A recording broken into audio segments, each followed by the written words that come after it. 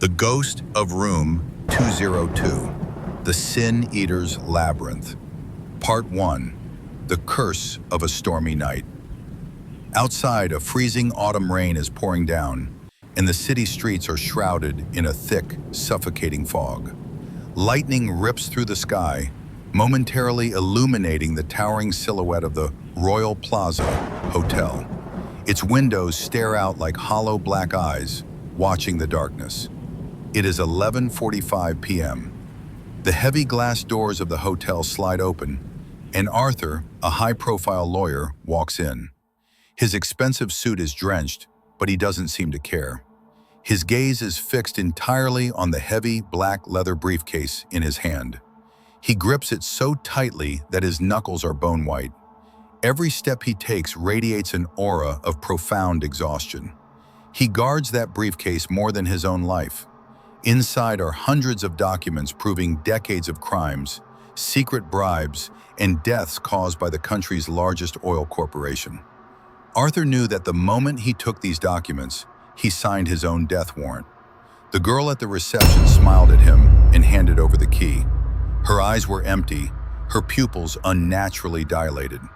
As he headed for the elevator, his footsteps didn't leave wet marks, but rather faint, bitter-smelling traces of burnt ash. As the elevator doors hissed shut, he felt he was not alone.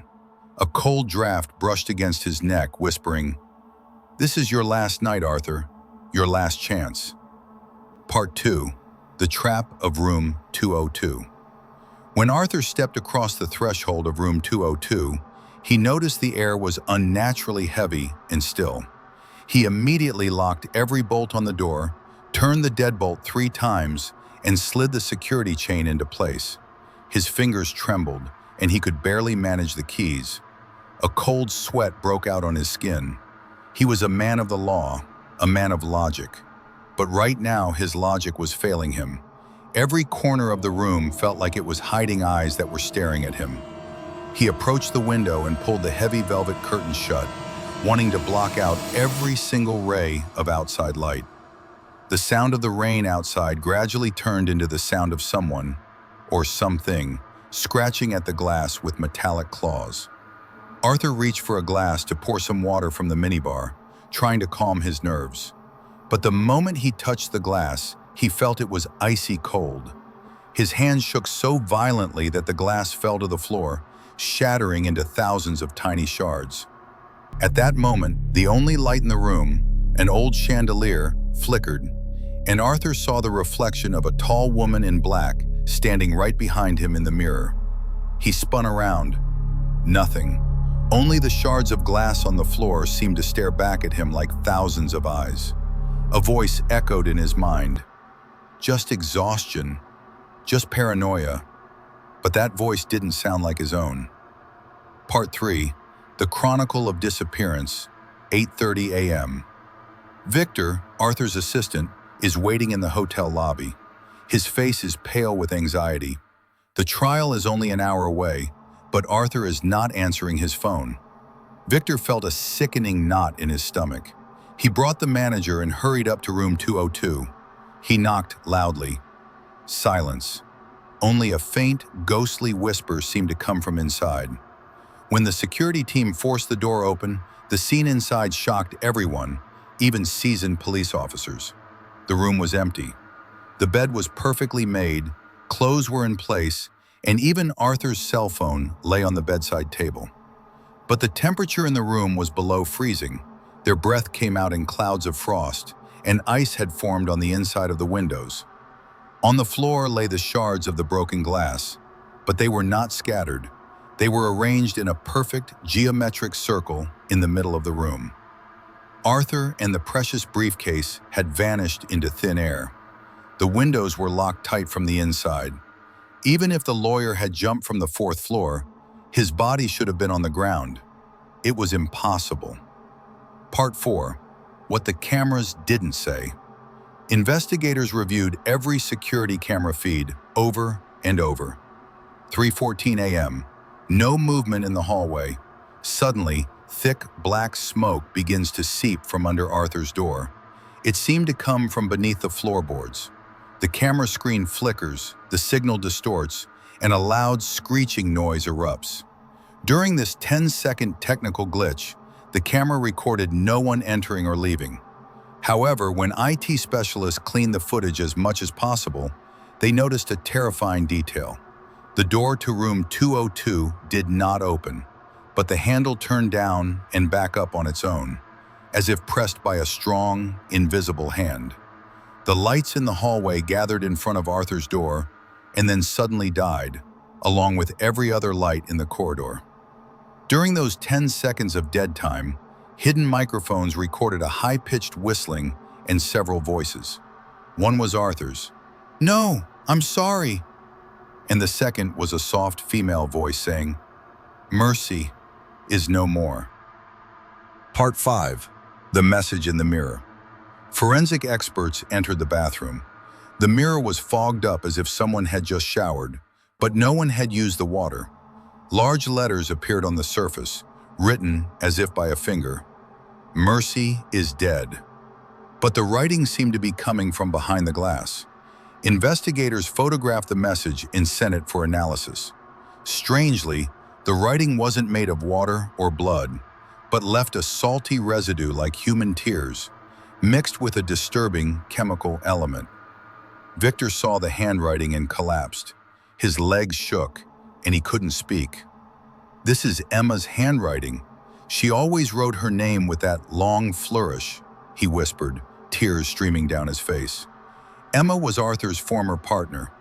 5 years ago, she had burned alive in a mysterious office fire while pursuing a case against the corporation. Rumor had it that instead of saving her, Arthur had grabbed the cash from the safe and fled. Now that rumor felt like a horrifying truth. Part 6. The Eye Behind the Wall. The investigation continues, and every minute the story becomes more labyrinthine. The fact that the bathroom mirror was so large and mounted so close to the wall raised suspicion. When the police tore it down, they found a small, old hole in the wall behind it. Behind that hole was a narrow, dark service corridor that seemed to lead to an old, abandoned part of the hotel. A hidden camera was found there. It was pointed directly at Arthur's bed, but its angle was strange. It wasn't just watching Arthur. It was as if it was watching every corner of his soul. When the investigators watched the footage, their blood ran cold. 3:14 a.m. Arthur is sitting on the bed talking to someone, his hands trembling, but no one else is visible. Suddenly, a section of the wall slides open with a haunting creak, and a woman in a white dress with a charred face emerges. It was Emma, but her body was translucent, like a ghost made of smoke. She walks up to Arthur and places a finger on his shoulder. Arthur doesn't resist. He simply begins to weep like a child. The woman whispers something into his ear, takes him by the hand, and leads him into the wall. Once they vanish, the wall slides shut on its own, leaving no trace. This was only visible on the hidden camera feed. Part 7. The Fire of a Burnt Conscience. The roots of this story go back to that office fire 5 years ago. New evidence emerged during the investigation. On the night Emma died, Arthur had a chance to save her. He was inches away. But at that exact moment, the corporation offered him a massive sum of money to leave Emma and the documents in the fire. That night, Arthur didn't just sell out his partner, he sold his conscience and his soul. Was the ghost in the room really Emma's spirit? Or was it a highly sophisticated plot by the corporation to destroy Arthur through psychological warfare? If it was a technical trick, where did the woman take Arthur? These questions haunted the police. But one thing was clear. Arthur had come to receive his punishment, drawn to this place by an unknown force. Part 8. The Doll and the Symbol of Justice. While checking the old ventilation system of the building, the black briefcase was found in one of the narrow, grimy ducts. But it wasn't empty. Instead of corporate documents, it contained a small, charred toy doll. It was the doll belonging to Emma's 5-year-old daughter. The child had also perished in that fire with her mother. One of the doll's eyes was missing, and its face was melted. Inside the doll, a hidden recorder played a trembling child's voice. "Uncle Arthur, why did you lock the door? It's so hot in here. My mommy." This recording shattered the investigators and Victor. This audio tape was the primary reason for Arthur's hell over the last 5 years. He heard this sound every single night, but he could never tell anyone. It was the ultimate torment of his mind. Part 9. The Manager's Cursed Testimony. The hotel manager, an elderly man with a wrinkled face and bloodshot eyes, told the investigators in a trembling voice, "This hotel wasn't built for those fleeing the law, but for those fleeing their own conscience. Room 202 is a hall of mirrors. There you come face to face with your greatest crime, and that crime swallows you whole. Arthur didn't come here to save documents. He came here to face his judgment. The house swallowed him because he was already dead inside." As the manager spoke, a dark, ash-smelling liquid began to leak from his nose, and his eyes filled with blood. Part 10. The Final Call and the Abyss of Questions. A month passed. Arthur was never found. He was officially declared dead, but his body was never recovered. Victor's life became a living hell. He feared every shadow. One night his phone rang, a video call from an unknown number. With trembling hands he answered. The screen showed only darkness and the sound of heavy, deathly breathing. Then Arthur's voice came through. It was weak, as if speaking from a great distance, tainted with the bitterness of hell. "Victor, burn the documents. They are still here. They see everything, and they are waiting for you too." Victor turned his camera around and saw Arthur standing right behind him on the screen. But it wasn't Arthur. He had no face, only charred skin. Where his eyes should have been were 2 black pits. Victor spun around in terror. No one. But on the phone screen, Arthur's hand was on his shoulder, and the burnt key in his hand was glowing red hot. At that exact moment, Victor's front door locked itself, the bolts sliding into place with a heavy thud.